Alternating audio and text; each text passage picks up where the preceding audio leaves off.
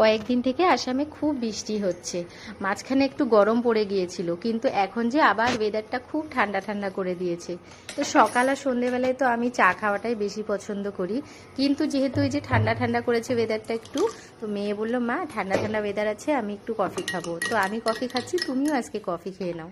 তো ভাবলাম ঠিক আছে, বেশ, মেয়ে যেহেতু ঘরে আছে, কেননা ওর ক্লাস এখন নেই, দুদিন ছুটি আছে, তো ওই জন্য ঠিক আছে মা মেয়ে দুজনে বসে বেশ কফি খাবো। আর এই বৃষ্টি বৃষ্টি মানে ওয়েদার আর কি, তো জানালার সামনে বেশ বসে চা বলো বা কফি বলো মানে আস্তে আস্তে খেতে কি মানে খুবই ভালো লাগে, তাই না বলো? তো ভাবলাম ঠিক আছে, কেননা আবার যখন ক্লাস শুরু হয়ে যাবে তখন তো এত হুটোপাটা বাদে যে আমার কাছে সকালে একদমই টাইম হয় না এইসব করার জন্য, মানে তাড়াতাড়ি করে চাটা খেয়ে নিই, খেয়ে নিয়ে তারপরে আবার ব্রেকফাস্ট বানিয়ে নিই।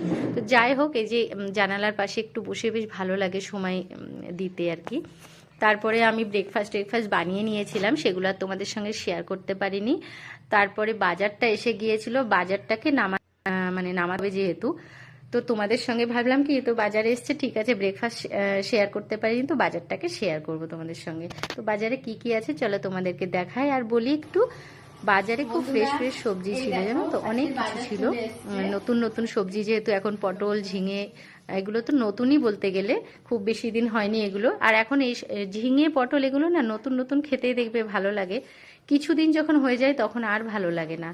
তারপর কাঁচা আমের চাটনি খেতে তো আমার মেয়ে খুব ভালোবাসে, আর আমি আবার টক ডাল খেতেও খুব ভালোবাসি। তো এগুলো জিনিস তো হয়ই এখন, বেশ খেতে এগুলো ভালো লাগে, কিন্তু যে গরমটা বেশি পড়ে না, তখন দেখবে এসব সবজি খেতে আর ভালো লাগবে না।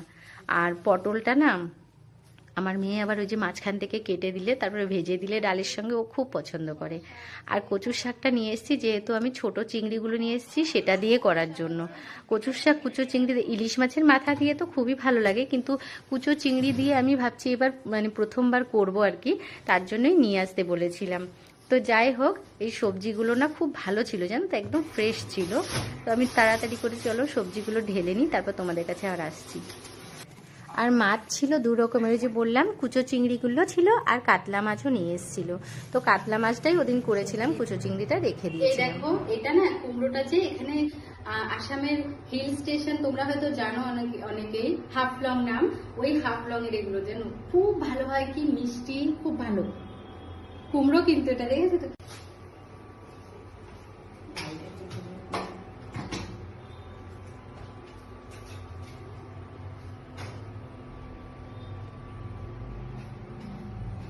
সবজি টবজিগুলো সব কিছু সেট করে প্রায় আমার লাঞ্চটা রেডি প্রায় করব, মানে হয়ে গেছিলো। তারপরে একটু চলে আসলাম আমরা গার্ডেনিংয়ের কাজ করতে। গার্ডেনিংয়ে মানে মেয়ে আবার খুব গাছপালা লাগাতে পছন্দ করে, তো ওইগুলো নাই একটা ট্রান্সফার করার জন্য মানে অন্য টাবে, তার জন্য বললো মা চলো গিয়ে করি। তো দুজন মিলে বেশ এগুলো করে নিলাম।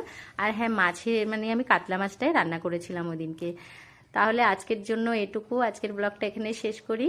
তারপরে তোমাদের সঙ্গে আবার দেখা হবে আমার অন্য ব্লগে। তোমরা সবাই কিন্তু খুব ভালো থেকো, হ্যাপি থেকো। তাহলে টেক কেয়ার, বাই।